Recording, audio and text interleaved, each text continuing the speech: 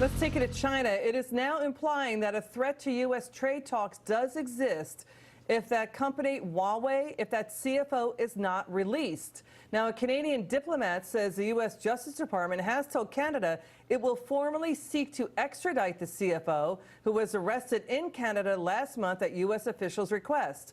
Now, the news prompted China to warn it will retaliate if Canada tries to send that CFO to the U.S. Let's bring in retired Lieutenant Colonel James Carafano from the Heritage Foundation. Good to see you, Colonel.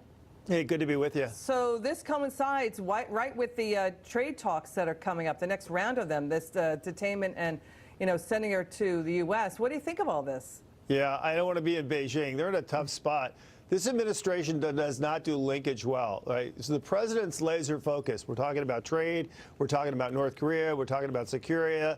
We're talking about the South China Sea.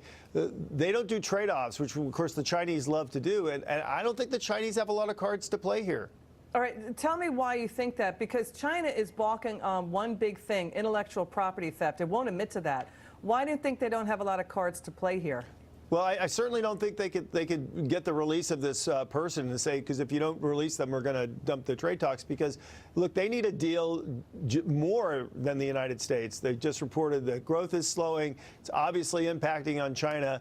It has strategic impact on China. And if they're going to sit around and hold that all hostage for one Huawei executive, I think they're in a very, very bad place. It's just not the kind of deal this administration is going to make. They're going upside down demographically. China is aging dramatically. But here's the thing, Colonel. It seems like there's no end in sight.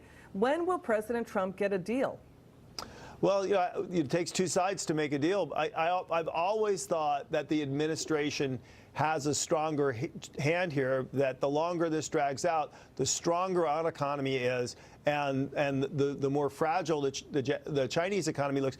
But here's the other issue here is they are not making friends globally. This really goes back to the party Congress, in which Xi kind of announced their plan to kind of take over the world. Then they roll out the Belt and Road Initiative, and that gets a lot of people nervous. So they've generated global antibodies. You see this in Canada. The Canadians are unhappy with them. The Poles arrest executives or official executives from the company for spying. So they've generated worldwide concern, and so the more they harp on this case, the more antibodies they're creating, and the harder it is for making them to do business. Yeah, Colonel, let's get to Venezuela. The economic and humanitarian crisis is getting continuously worse. What do you think the United States should do when it comes to the Venezuelan opposition leader? What should the U.S. do?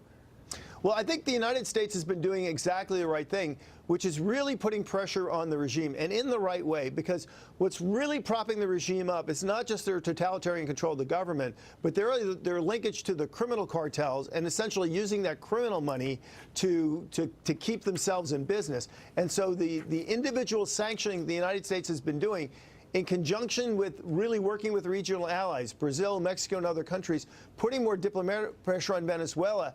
We've been playing a very, very strong outside game that's really limited the space for this government, and that's made the opposition look stronger. I think that's the most important thing that we've brought to the table.